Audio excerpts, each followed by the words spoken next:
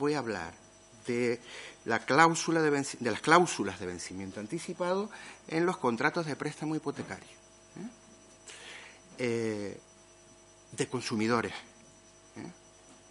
Y ya nos decía antes la diferencia del concepto de consumidor en nuestro ordenamiento interno respecto del derecho europeo. Nuestro derecho ha ido más allá y concede la condición de consumidor a las personas jurídicas e incluso a las entidades sin personalidad jurídica. Es decir, por ejemplo, las comunidades de propietarios.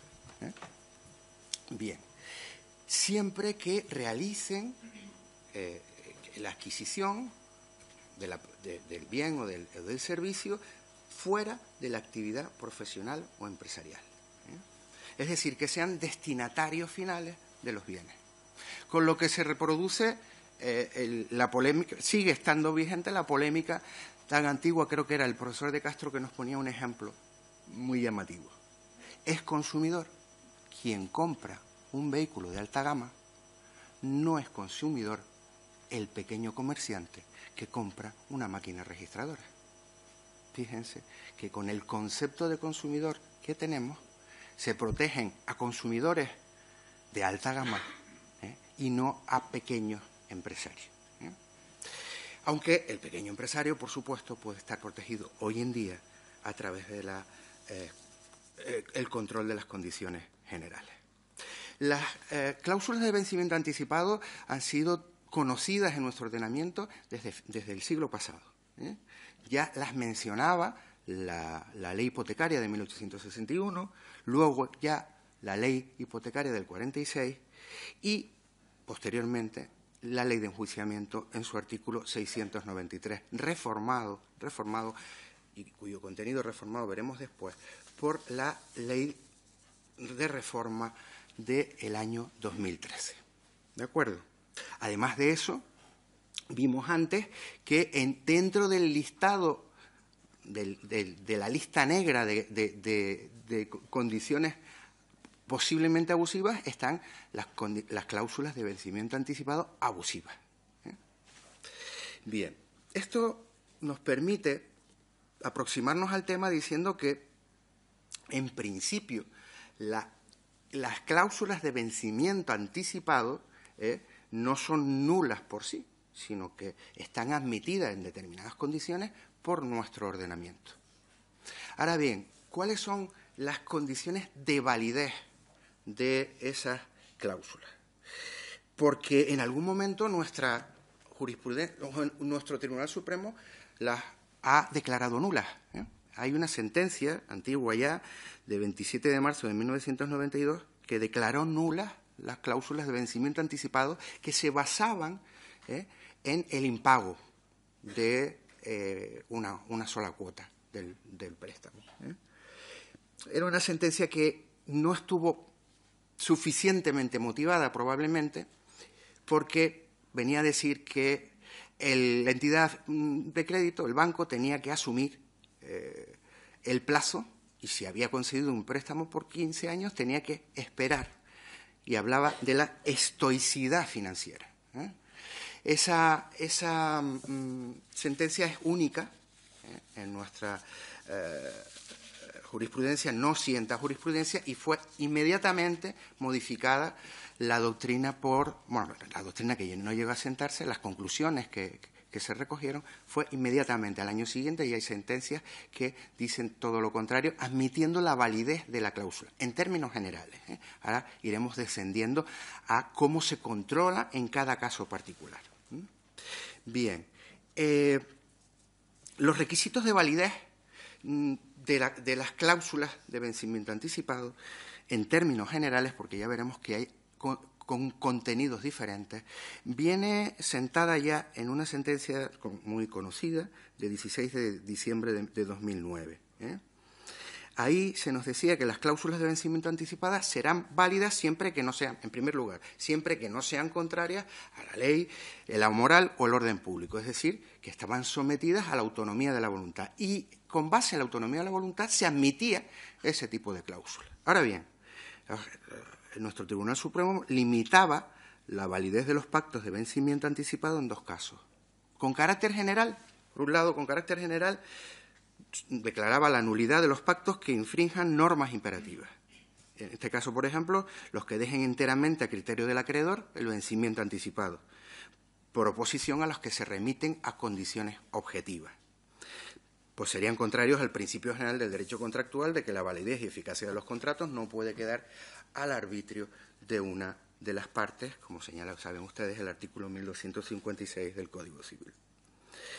Y luego, en segundo lugar, en su específico ámbito de aplicación, nos dice el Supremo, son nulas de pleno derecho las cláusulas de vencimiento anticipado, cuya nulidad resulte de la normativa en materia de condiciones generales y en materia de consumidores y usuarios. Y es aquí donde entra el control del que ya nos han hablado extensamente en las ponencias anteriores. El control que viene ya delimitado con bastante claridad por esa sentencia de 9 de mayo de 2013 que viene a acoger el derecho de la Unión Europea en esta materia, para determinar si la cláusula es abusiva o no. Manteniéndonos todavía en el plano general, lo que el Supremo nos dice es que tiene que haber un control de transparencia. Y el control de transparencia, bueno, primero que se tratan de condiciones generales de la contratación, sin ninguna duda. ¿Por qué? Porque reúnen los 4 requisitos que el artículo 1 que nos mencionaba antes de la Ley de Condiciones Generales exige, que no son otros que contractualidad, predisposición, imposición y generalidad. Se incorporan a un contrato, son predispuestas por el empresario o, en términos europeos, por el profesional o por tercera persona distinta del consumidor, son impuestas porque no hay posibilidad de negociarlo y, por último, son generales, es decir, tienen una vocación de ser incorporadas a una pluralidad de contratos. Por lo tanto, las condiciones, las cláusulas sobre vencimiento anticipado en los préstamos hipotecarios, lo normal, lo frecuente, lo habitual y es que sean condiciones generales de la contratación. No se discuten, no se negocian, al menos en el estado actual de nuestra práctica. Ya veremos si en el futuro cambia en ese sentido. Bueno, ¿qué sucede? Pues que habrá que aplicar el control que establece el artículo 7 de la Ley de Condiciones Generales del Contrato, el control de la claridad y de la transparencia, y al final el Supremo llega a 2 conclusiones. Primero, que el cumplimiento de los requisitos de transparencia de la cláusula aisladamente considerados, exigidos por la Ley de Condiciones Generales, es insuficiente para eludir el control de abusividad de una cláusula no negociada individualmente, aunque describa o se refiera a la definición del objeto principal del contrato si no es transparente, como nos decían antes. Y que la transparencia de las cláusulas no negociadas en contratos suscritos con consumidores incluye el control, lo que se nos decía antes, de la comprensibilidad real de su importancia en el desarrollo razonable del contrato. Es decir, ¿cuál va a ser? El consumidor tiene que saber no solo que la cláusula de vencimiento anticipado esté redactada claramente, que ya veremos algún ejemplo de cómo en la práctica se redactan esas cláusulas, que no es tan sencillo como decir el presente préstamo vencerá anticipadamente en caso de incumplimiento del pago de 3 cuotas. No, hay cláusulas mucho más complejas que eso. Y prácticas nuevas mucho más complejas que eso, o novedosas. Bueno, partiendo de ese planteamiento general, vayamos al análisis de cláusulas concretas. ¿Cómo voy de tiempo? Bien, vale. Es que no, se me olvidó conectarlo y bueno. En primer lugar, la más habitual, que es el vencimiento, la cláusula de vencimiento anticipado, cuando se produzca el impago del deudor. Hasta la reforma del año 2013 era habitual la cláusula de vencimiento anticipado por impago de una sola cuota. Y nuestra jurisprudencia entendió que esa cláusula era válida en principio. Era válida en principio. Y hay diversas sentencias en ese sentido. Pero en el bien entendido que debía tratarse de un incumplimiento esencial del contrato. Eso llevó a que en la reforma del año 2013, el artículo 693 de la Ley de Enjuiciamiento Civil establezca la necesidad de que se prevea el impago de al menos tres cuotas. Pero, al menos yo lo entiendo así. Lo que nos dice la Ley de Enjuiciamiento es que la cláusula tiene que estar definida con ese límite para que la reclamación del acreedor tenga acceso a la vía hipotecaria. Ahora bien, si no se cumple con ese límite de las 3 cuotas, la cláusula no deja de ser válida, sino simplemente impide el acceso a ese específico procedimiento de ejecución. Luego, ¿cómo resolvemos el tema? Bueno, el legislador ha optado por una política legislativa cuantitativa, ha dicho, bueno, incremento el número de cuotas. En la práctica, en los últimos tiempos, me refiero al último año, ¿qué está sucediendo? Bueno, los bancos están dejando que la reclamación sea pues a partir de la 6ª, 7ª, 8ª cuota, más o menos. Es lo que se está haciendo. El problema, creo yo, que no es tanto, desde el punto de vista de la abusividad o no de la cláusula, no está tanto en la cuantificación de las cuotas, sino si el incumplimiento realmente frustra el fin del contrato. Es decir, lo que el Supremo ha dicho para el incumplimiento de cualquier contrato, no solo de los contratos con consumidores. Y ahí es donde someteremos a esos controles de transparencia, sobre todo viendo si la cláusula es clara y si la cláusula es entendible en los términos que nos dice nuestra jurisprudencia. Quería tratarles, porque este tema creo que no está bastante resuelto, quería tratarles de una práctica que ya ha tenido ocasión de valorar nuestro Tribunal Supremo, que no es una práctica estrictamente respecto de las cláusulas con vencimiento anticipado, pero sí prácticas que eluden el control de la cláusula de vencimiento anticipado por parte de nuestros tribunales. Hay una sentencia muy reciente, de 12 de septiembre de 2014, donde se trata, el Supremo analiza lo que en el caso se denomina un préstamo formalizado con pagaré. Es un préstamo que se otorga en un documento privado, no en escritura pública, no se constituye, no es un préstamo hipotecario, es un préstamo simple por una cuantía que creo que eran 12.000 o 13.000 euros, en el año 2009, siempre después del inicio de la crisis en el año 2007, y que contiene una cláusula, una condición general en el contrato, que dice lo siguiente. Bueno, es muy compleja la cláusula, es muy extensa y compleja, pero viene a decir lo siguiente, y es que en caso de impago por parte del consumidor, el banco podrá completar un pagaré que al momento de la suscripción del contrato el consumidor ha firmado en blanco y lo podrá completar con el importe de la deuda, capital más intereses.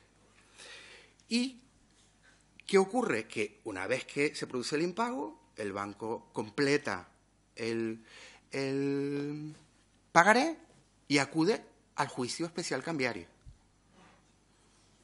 que para los alumnos que no lo conozcan es un juicio privilegiado para el acreedor. Hay un requerimiento de pago inmediato, embargo inmediato, hay embargo inmediato y luego posibilidad de oposición. Bueno.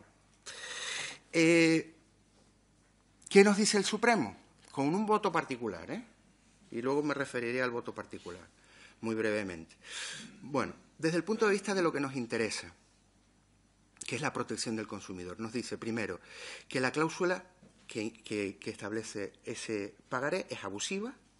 ¿Por qué? Primero, porque elude el control de los profesionales, es decir, de notarios y registradores. ¿Por qué? Porque como se otorga en documento privado, en escritura pública, no hay intervención del fedatario público. Como no hay escritura, no hay hipoteca, no se inscribe el contrato. Pero además se elude, por ejemplo, la obligación de liquidar a través del fedatario público, porque es un contrato privado. Se vende la operación diciendo que se abaratan los costes, porque se evita el pago del fedatario público, ¿no? Bien. Pero además también dice el Supremo, en 8 argumentos muy sólidos, uno de ellos, el que nos interesa a nosotros, que también se elude, porque tenía la cláusula de vencimiento anticipado, el control de la validez, de la abusividad o no, de la cláusula de vencimiento anticipado. Y finalmente declara abusiva y nula la cláusula que permite el completamiento de ese pagaré y, como era un recurso por interés casacional, dicta la doctrina correspondiente. Y la doctrina es la siguiente. La condición general de los contratos de préstamo concertados con consumidores, en la que se prevea la firma por el prestatario y, en su caso, por fiador de un pagaré en garantía de aquel, en el que el importe por el que se presentará la demanda de juicio cambiario es complemento por el prestamista con base a la liquidación realizada unilateralmente por él, es abusiva y, por tanto, nula, no pudiendo ser tenida por incorporada al contrato de préstamo y, por ende, conlleva la ineficacia de la declaración cambiaria. Es decir, me parece una solución valiente del Tribunal Supremo. No siempre alabo al Tribunal Supremo como lo estoy haciendo ahora. Mis alumnos saben que los critico muy habitualmente en materia mercantil.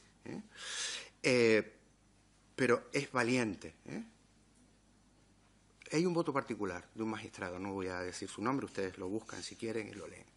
El voto particular me parece...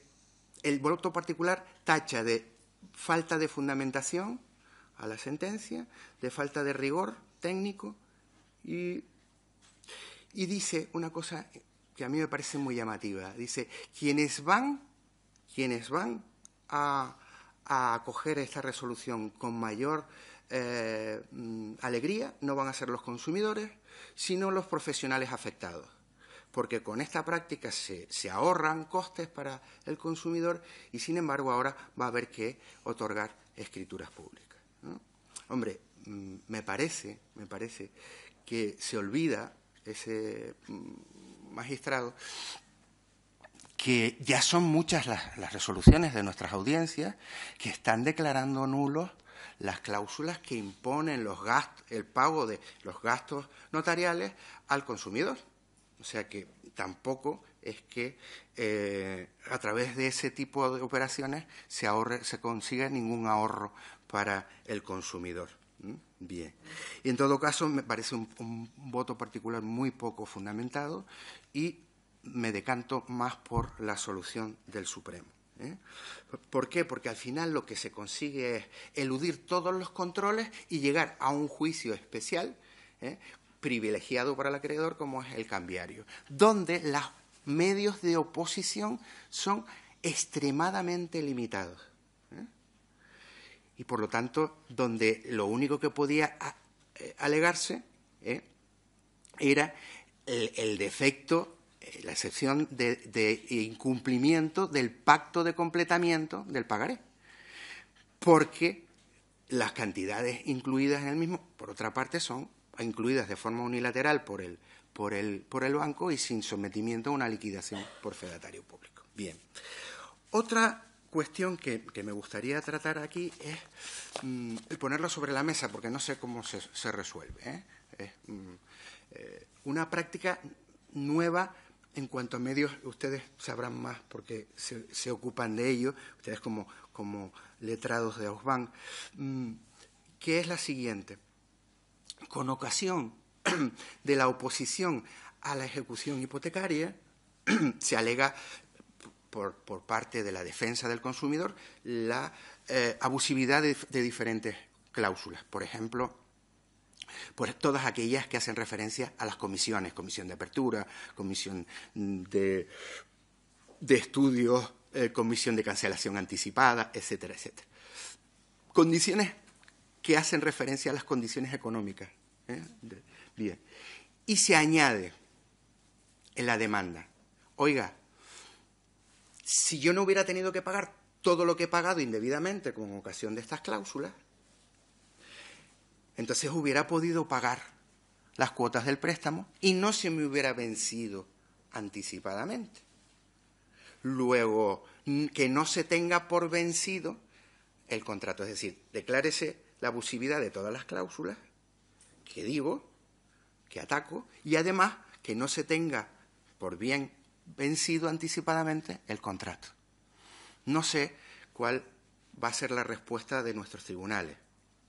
Creo que el tema puede resolverse a través de la cuestión de la retroactividad o irretroactividad de la que nos hablaban antes, porque claro, si es irretroactivo, como nos dice la sentencia de 2013 del Tribunal Supremo, pues es que no cabría declarar que no se ha vencido correctamente el contrato, porque los efectos serían hacia el futuro, no hacia atrás.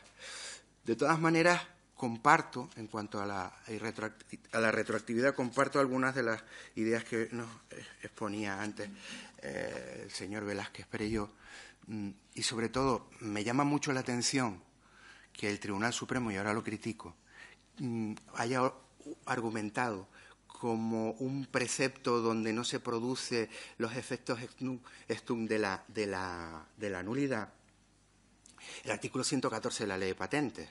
Vamos a ver, ese precepto está limitando los efectos de la nulidad porque afecta a terceros la nulidad, pero no está hablando de la nulidad entre partes, que es, en definitiva, la que se plantea aquí. Para que tengan una idea, lo que dice ese precepto es tendrán eficacia las resoluciones firmes que tengan efecto de cosa juzgada sobre violaciones del derecho de la patente que ahora se anula, o los contratos de licencia de patente que ahora se anula, contratos que se hayan ejecutado con anterioridad a la nulidad. ¿Para qué? Para proteger al tercero y no declarar nulo también ese contrato. Pero aquí no estamos viendo ningún perjuicio para un tercero, es un tema entre el banco y el consumidor. La nulidad solo tiene efectos entre ambos. Y lo que sí permítanme la licencia, cuando antes nos decía que no se comprendía cuál era el perjuicio que podía tener para la economía general, yo creo que sí tiene un gran perjuicio.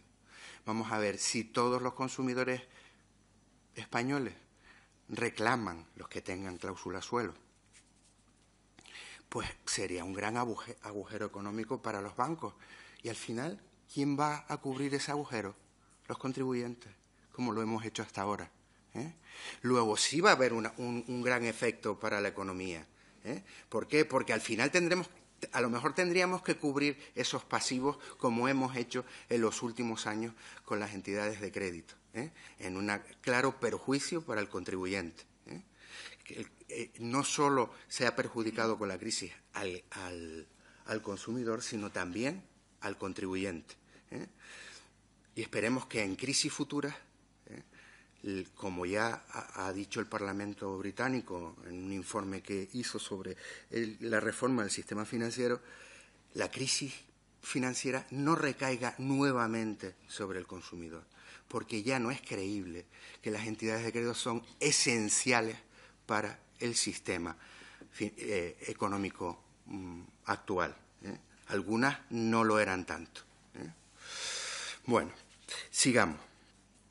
De todas maneras, ese problema lo planteo, esa nueva estrategia de defensa lo dejo sobre la mesa porque no sé cómo acabará resolviendo los tribunales. Y tampoco tengo claro cuál debe ser la solución.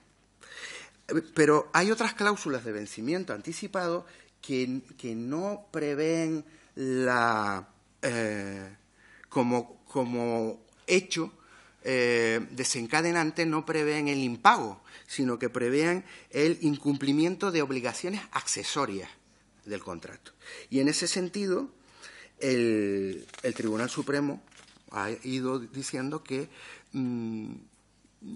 no cabe que sería abusiva una cláusula que determine el vencimiento anticipado cuando lo que existe es el incumplimiento de una prestación accesoria que tiene una muy leve incidencia en la ejecución del contrato. Si bien es cierto que alguna sentencia del año 2008 ha declarado, no considero abusiva una cláusula de vencimiento anticipado por falta de pago de un recibo de los impuestos que gravaban la finca hipotecada, o de una prima de seguro de incendios o de todo riesgo a la construcción.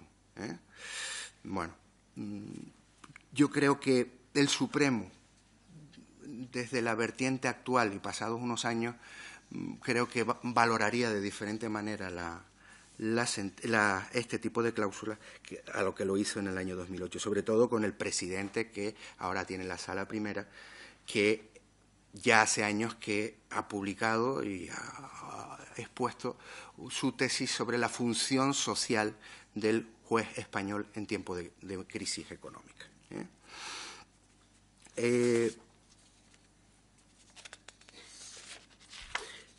Hay otras cláusulas de vencimiento anticipado en que se prevé el vencimiento cuando se produce el embargo de bienes del prestatario o la disminución de su solvencia.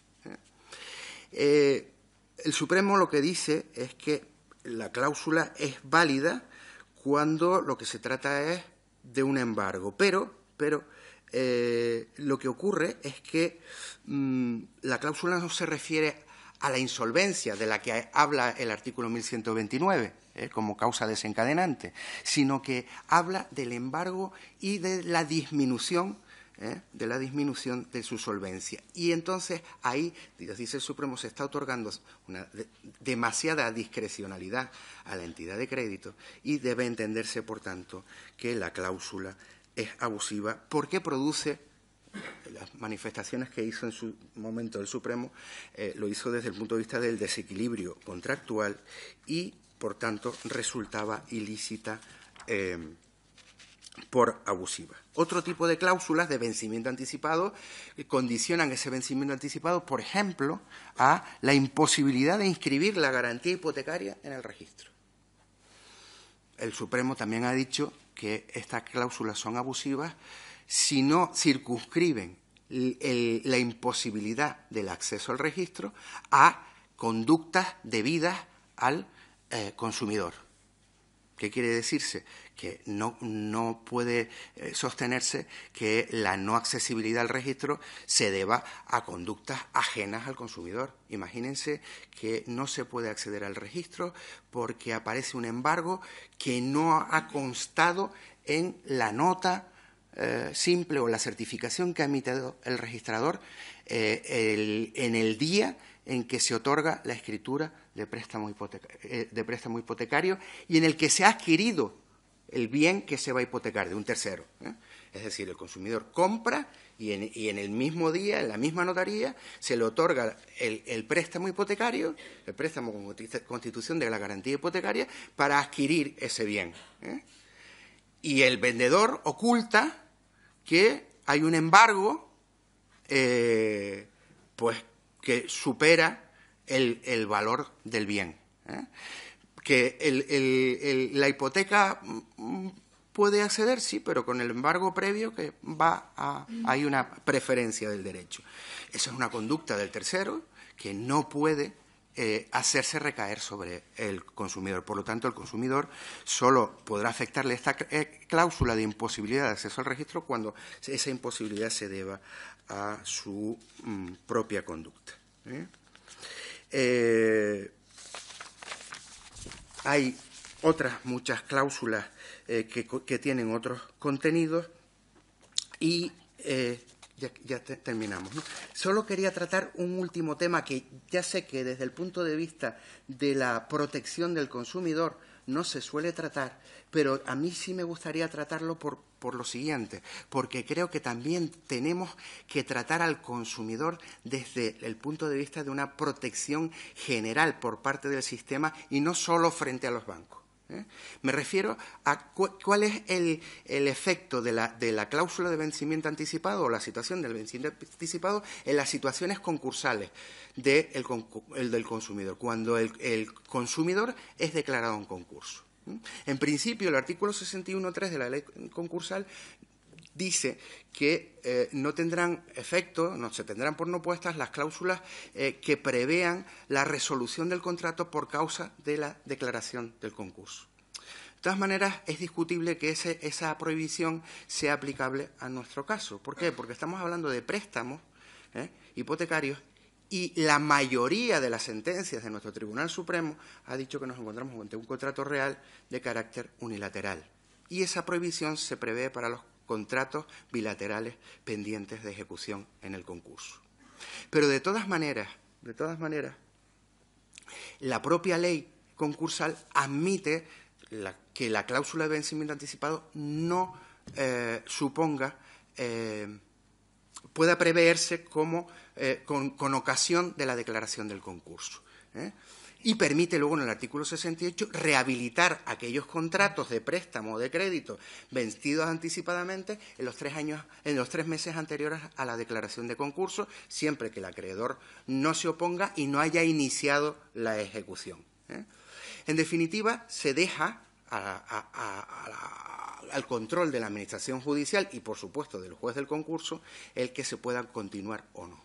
El problema se plantea sobre todo porque en los préstamos con garantía hipotecaria, al ser un consumidor, no tienen el beneficio que está previsto para el empresario o profesional, cuyos bienes hipotecados que estén afectos a la actividad empresarial o profesional no se podrán ejecutar hasta que transcurra un año desde la declaración del concurso. Se suspende la ejecución. Al consumidor no se le permite esa posibilidad, principalmente porque en nuestro sistema concursal no hay una norma que regule el concurso de los consumidores, como sí sucede en Francia o en Alemania. Y sobre todo porque falta en nuestro ordenamiento lo que es la institución del Fresh Start, es decir, el limpiar el pasado de sobreendeudamiento y poder comenzar una nueva vida, no de endeudamiento, sino de vida económica sin la losa que supone tener que aplicar el principio de responsabilidad universal por deudas de 1911 de por vida, con todos los bienes presentes y futuros. Por lo tanto, creo que habrá que modificar y algún día regular el concurso de los consumidores y que tan perjudicados se han visto con ocasión de esta crisis que se mantiene y que no olvidemos, leí ayer y con esto termino, en el segundo trimestre del año 2014 se han incrementado un 2,4% las ejecuciones hipotecarias con respecto al año 2013. Así que probablemente sea cierto que nos estamos recuperando, probablemente sea cierto que estemos saliendo de la crisis, pero al consumidor de crédito financiero garantizado con la hipoteca de su vivienda, le sigue padeciendo la crisis que tenemos porque hay algo que no se supera, que es la tasa de paro. Espero haber hecho una síntesis muy apresurada, eso sí, pero que les sirva de algo. Muchas gracias.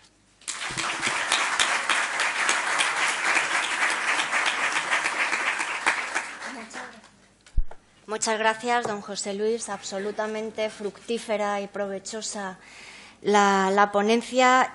Quedan, creo, para el debate varios puntos, como, por ejemplo, el problema precisamente que ha de definir la abusividad o no de estas cláusulas, en tanto en cuanto se pueda frustrar el fin del contrato de préstamo hipotecario o las posibles vías para combatir esta cláusula en tribunales. Ya le anticipo que, desde luego, ni desde Augustbank ni desde esta modesta letrada que trabaja para la asociación se considera que se establezca un perjuicio económico tan trascendente como para que el Tribunal Supremo se hubiera saltado un principio general del derecho derecho en la cláusula suelo, menos todavía en este, como el 1303 del Código Civil. Lo decía como broma, ¿eh? Sí, sí.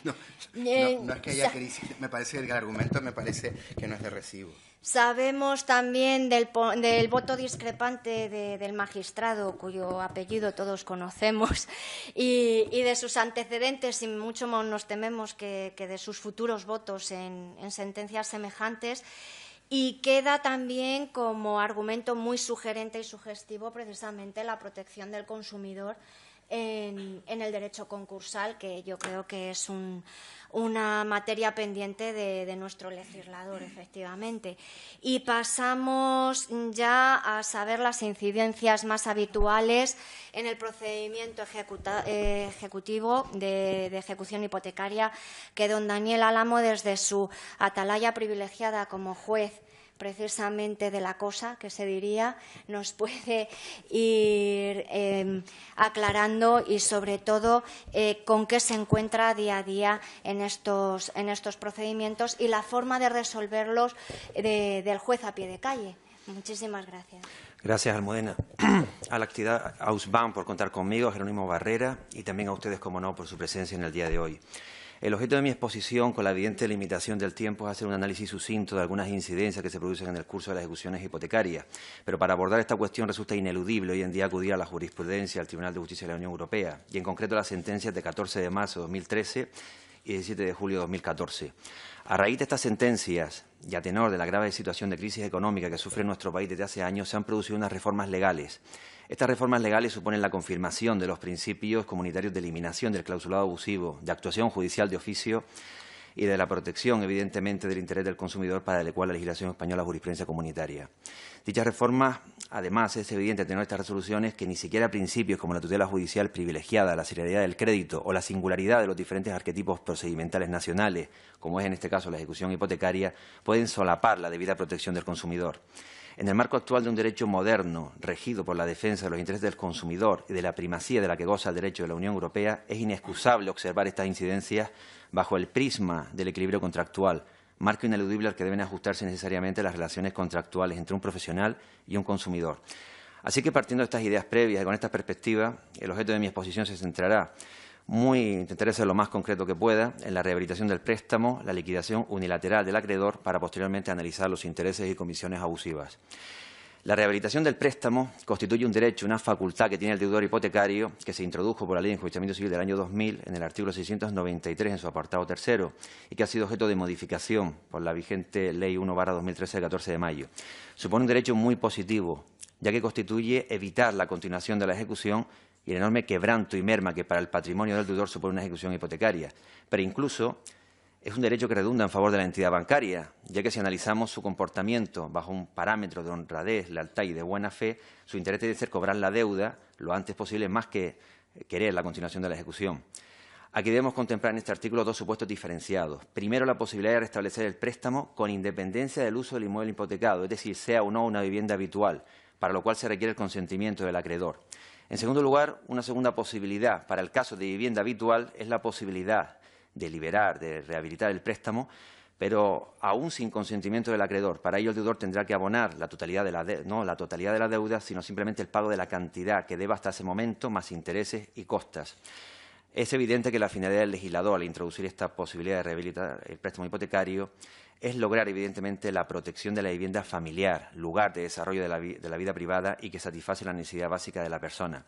Es importante también resaltar el cambio de una inicial redacción de vivienda familiar ahora habitual, pese a la ambigüedad que puedan tener estos términos. Lo cierto es que ahora, evidentemente, con el término habitual se amplía el ciclo de deudores favorecidos por la misma y, por ende, el campo de aplicación de la rehabilitación. Las tres principales diferencias tras la reforma del año 2013 es, primero, se permite la rehabilitación en varias ocasiones y no solo una vez.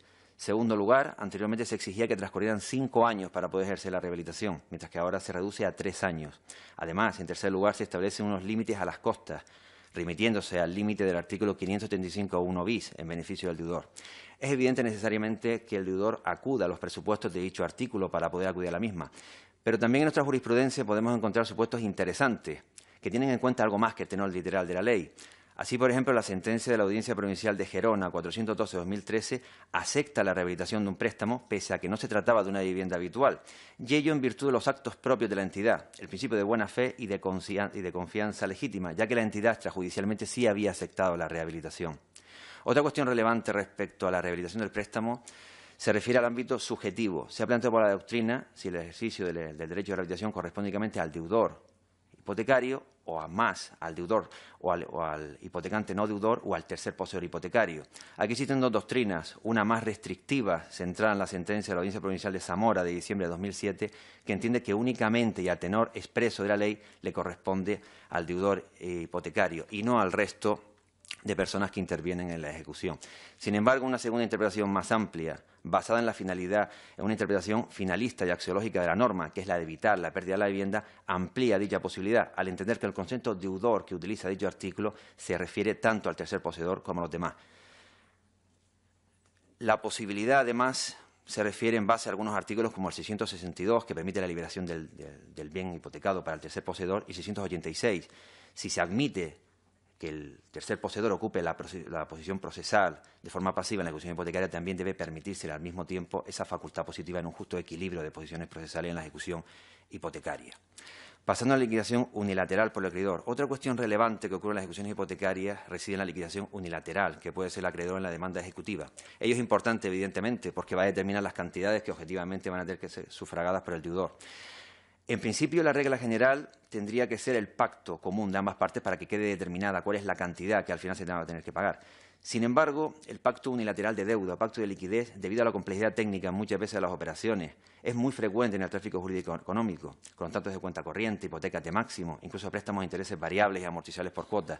Ya se admitió este pacto de liquidez en la conocida sentencia de 21 de abril de 1950, se introdujo también la Ley de Enjuiciamiento Civil en el artículo 572, estableciendo expresamente que siempre que se resolviese de la forma pactada por las partes en el propio título ejecutivo, y fue confirmada también por nuestro alto tribunal en varias sentencias, entre ellas la de 16 de diciembre de 2009, señalando que esta liquidación unilateral era prueba suficiente al menos de la liquidez, requisito fundamental para poder comenzar el despacho de la ejecución, sin perjuicio del derecho que el usuario de los servicios bancarios tenía para valerse de cualquier medio de prueba previsto en otra legislación para desvirtuar dicha liquidación unilateral.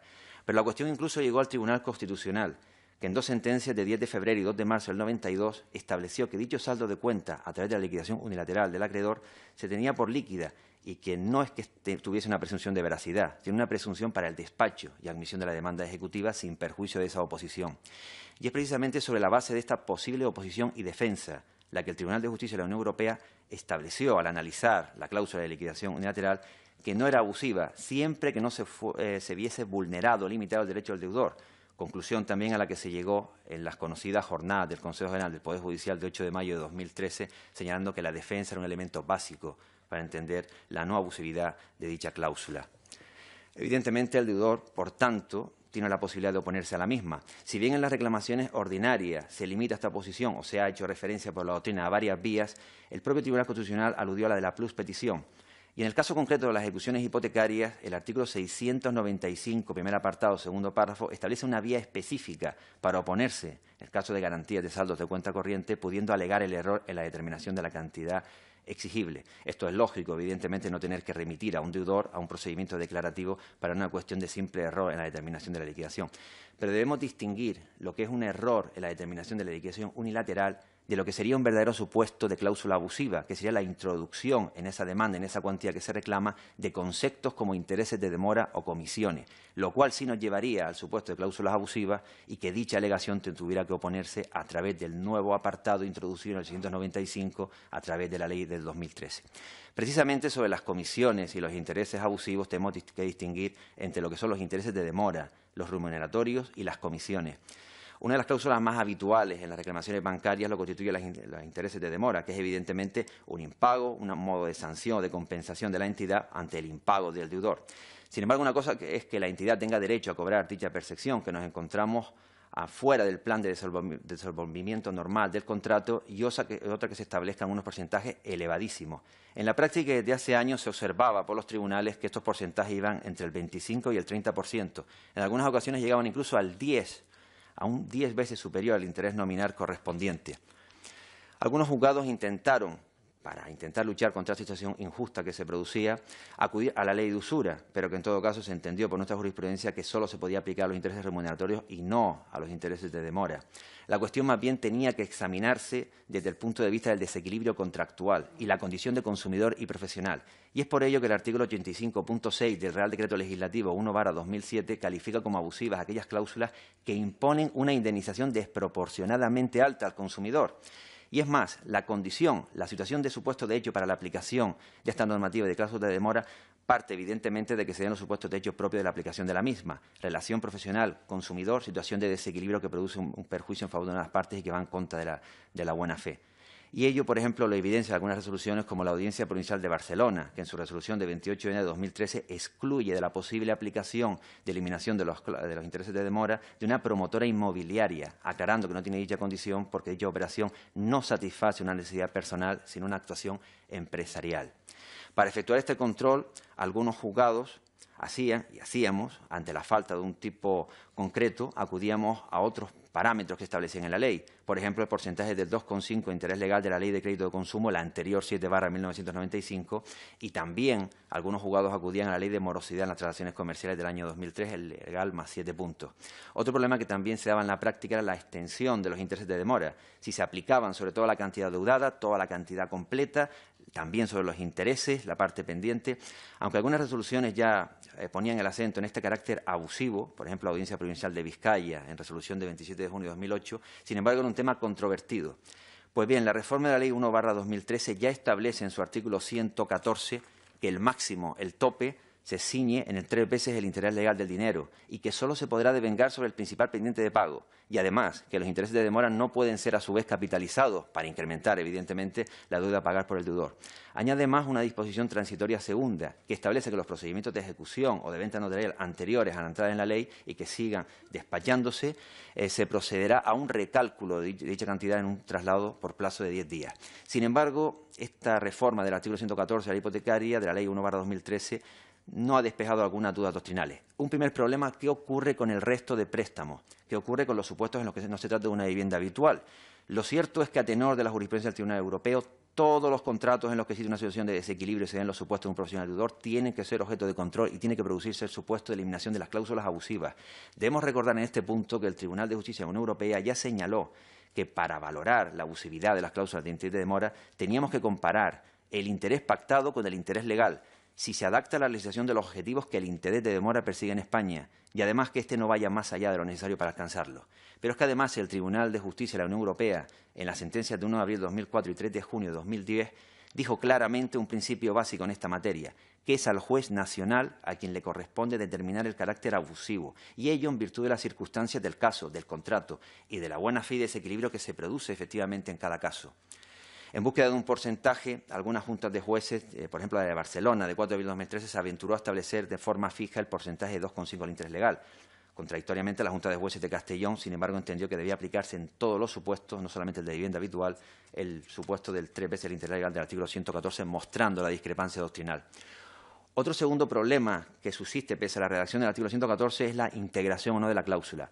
Cuando se declara la nulidad de la cláusula de interés de demora, ¿hay que eliminarla por completo o procede una subsanación de la misma? Lo cierto es que en nuestro derecho el artículo 83.2 del Real Decreto Legislativo 1/2007 mencionado sí establece la posibilidad de la integración, acudiendo al artículo 1258. Sin embargo, el Tribunal de Justicia de la Unión Europea, en la sentencia de 14 de junio de 2012, ya estableció en el caso Banesto que el juez nacional no tiene que integrar la cláusula ni moderarla, sino eliminarla por completo, y ello precisamente por el efecto disuasorio que tiene que tener la actuación judicial. Según dicha sentencia, caso de producirse la integración, pues sería un efecto para que las entidades bancarias pues mantuviesen dichas cláusulas, ya que le podría resultar más positivo que la eliminación. Sin embargo, la respuesta de nuestros tribunales ha sido diversa. Algunas audiencias, por ejemplo, a Las Palmas, sesión tercera y cuarta, Castellón, Vizcaya, Gerona, prohíben la integración y eliminan todo interés moratorio. Un supuesto singular es el de la audiencia de Murcia, que en su resolución 400/2013 rechazó la integración, pero no en virtud de la doctrina comunitaria, sino entendiendo que el banco no lo invocó, teniendo que hacerlo conforme al principio dispositivo. Otro grupo de resoluciones, Madrid, Asturias, Pontevedra, Barcelona, Albacete, acuden al interés legal, sí integran la cláusula aplicando el 1108 del Código Civil. Otro grupo acude al Real Decreto Ley 6/2012, que en definitiva es el interés del 2,5 del interés legal. También se ha llegado a acudir a los intereses procesales del 576 de la Ley de Enjuiciamiento Civil, el auto de la Audiencia Provincial de Valencia de 20 de noviembre de 2013. Otro grupo, como la Junta de Jueces de Murcia, de 12 de abril de 2013, propugna la aplicación del tipo del 114 acudiendo a la disposición transitoria segunda para lograr la seguridad jurídica. Esta disparidad se puso de relieve en las jornadas que ya he mencionado de 8 de mayo de 2013 en la conclusión octava, en la que no se llegó a una respuesta unívoca. Se señaló que podía ser el interés legal a través del 1108 del Código Civil o bien el interés de 3 veces el interés legal del 114.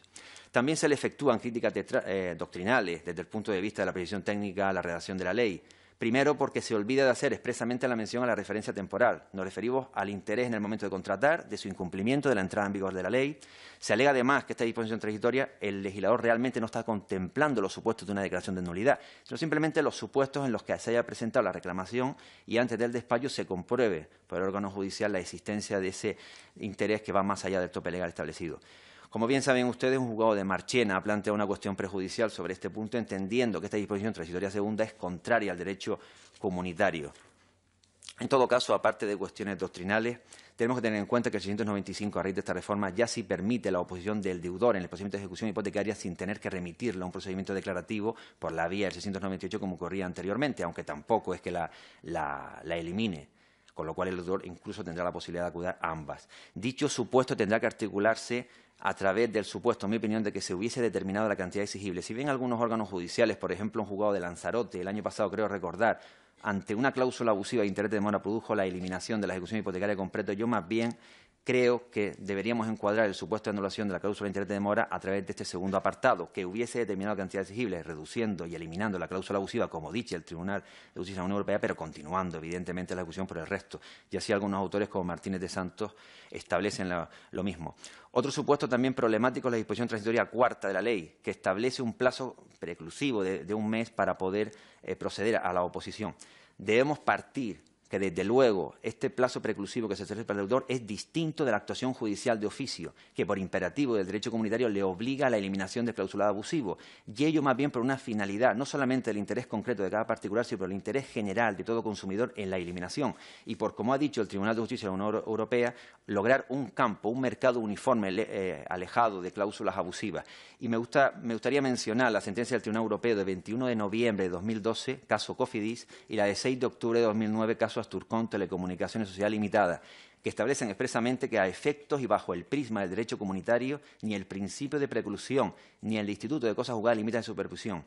Eso es lógico, porque en la contraposición entre la seguridad jurídica nacional y la seguridad jurídica comunitaria, entendido como el cumplimiento de sus fines objetivos, debe prevalecer la seguridad jurídica comunitaria por la propia primacía de su derecho, como podemos encontrar en numerosas sentencias. Existen incluso algunas iniciativas doctrinales que abogan porque unos altísimos intereses que establezca la entidad bancaria realmente no supone que vaya a redundar en su foro de interés. La teoría del Deutsche Overhang ha demostrado en el campo de las finanzas internacionales que a mayores plazos de interés de demora, mayor retroacción del deudor para pagar la deuda y una actitud de dilatación del procedimiento, incluso de ocultación de bienes. Por tanto, según esta teoría, si los bancos actuaran de una forma económicamente eficiente para evitar el efecto negativo, deberían establecer un tipo de demora alto para los periodos expansivos y más bajo para el momento que por una causa de crisis de más deudores pueden verse totalmente incapaces de pagar. Es decir, establecimiento por fases, por cuotas, de análisis de las circunstancias de cada caso concreto de una forma flexible. Sobre los intereses excesivos, simplemente mencionar que en principio la directiva parecía establecer que no se podían controlar a formar parte del objeto principal del contrato, la contraprestación propia. Evidentemente, la entidad bancaria tiene derecho a obtener el dinero prestado y el rendimiento del mismo, los intereses remuneratorios, que es el negocio que realiza. Sin embargo, a raíz de la importante sentencia del Tribunal de Justicia de la Unión Europea de 3 de junio de 2010, se estableció que ello no impedía que los Estados miembros pudiesen adoptar normas más estrictas. Y si bien el Tribunal Supremo, en la sentencia de 1 de julio de 2010, parecía seguir esta línea, sin embargo, nuestro alto tribunal, en posteriores resoluciones 406, 2012 y 241 de 2013, ya ha manifestado que no cabe declarar o abusivo una cláusula, lo cual no impide que sí podamos controlar dicho interés a través de la ley de la represión de usura, Gumersindo das Caras, de 1908. Y sí tenemos ejemplos en la práctica para demostrar que no son meras cuestiones teóricas, incluso de anulaciones de préstamos hipotecarios por vulnerar dichos límites, desde las más lejanas en el tiempo, sentencias de 31 de enero del 84 y 14 de junio de dicho año, hasta las más recientes de 20 de noviembre de 2008 y de la Audiencia Provincial de Valencia en la resolución de 20 de octubre de 2011.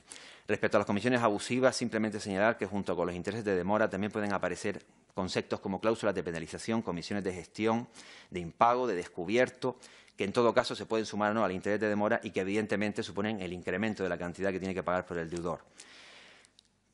Voy a citar 3 sentencias de la Audiencia Provincial de Málaga, sesión quinta, que en su resolución de 23 de mayo de 2013 confirma la nulidad de una comisión en descubierto, porque no queda acreditada la efectiva prestación de servicios adicionales. La teoría general respecto a las comisiones es que no tienen que corresponder a un servicio. Tiene la entidad que demostrar qué servicio concreto está ofreciendo para cobrar ese suplemento adicional a los intereses de demora, que es la cantidad que ya cobra el banco ante el impago. Y además tienen que estar perfectamente identificadas y especificadas. La Audiencia de Las Palmas, sesión cuarta, 8 de octubre de 2012, y en este caso en particular, actuando incluso de oficio y sin petición de parte, declara la nulidad de las comisiones por devolución de recibos, ya que entendió que los gastos alegados de papel, correo, costes fijos de personal no eran suficientes para justificar un pago como este. La Audiencia Provincial de Córdoba, finalmente, esa sesión tercera, sentencia de 10 de enero de 2012, declara indebidas las comisiones de mantenimiento, también por el hecho de que no se haya acreditado ninguna gestión ajena.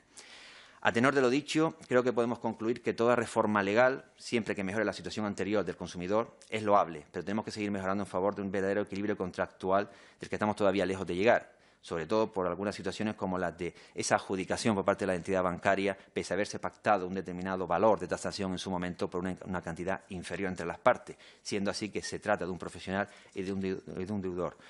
Con vistas a una futura reforma, deberíamos acudir también a la reciente Directiva 2014-17, que señala claramente que hay que garantizar que todos los consumidores que concluyan contratos de crédito para bienes inmuebles disfruten de un elevado grado de protección, grado de protección que está en consonancia con la que la Carta de los Derechos Fundamentales de la Unión Europea establece en su artículo 38 y además el artículo 7 de dicha Carta, que consagra la vivienda como un derecho fundamental. Ello, por supuesto, requiere de jueces que asuman su papel comunitario como verdadero garante de los derechos del ciudadano, una actuación de iniciativa y de lucha y no una mera actuación como funcionarios autómatas, defendiendo al deudor las cláusulas bancarias abusivas y dentro de su imparcialidad objetiva que evidentemente tienen que tener, permitan al deudor tener una defensa efectiva y real. Junto a la labor del juez, para mí esencial, lo tienen evidentemente un papel vital los abogados y las asociaciones de consumidores y usuarios, representantes de los derechos particulares de los ciudadanos, ya que el juez representa el interés general, pero son los letrados los que representan evidentemente el interés concreto del consumidor. No olvidemos que todos somos consumidores y que los deudores honorables, que son aquellos que no pagan no porque quieran, sino porque no pueden, reclaman acreedores razonables y comprensibles. Los próximos años dirán si los justos y legítimos intereses de los consumidores prevalecen sobre los ingresos irregulares obtenidos por las entidades bancarias. Gracias por su atención.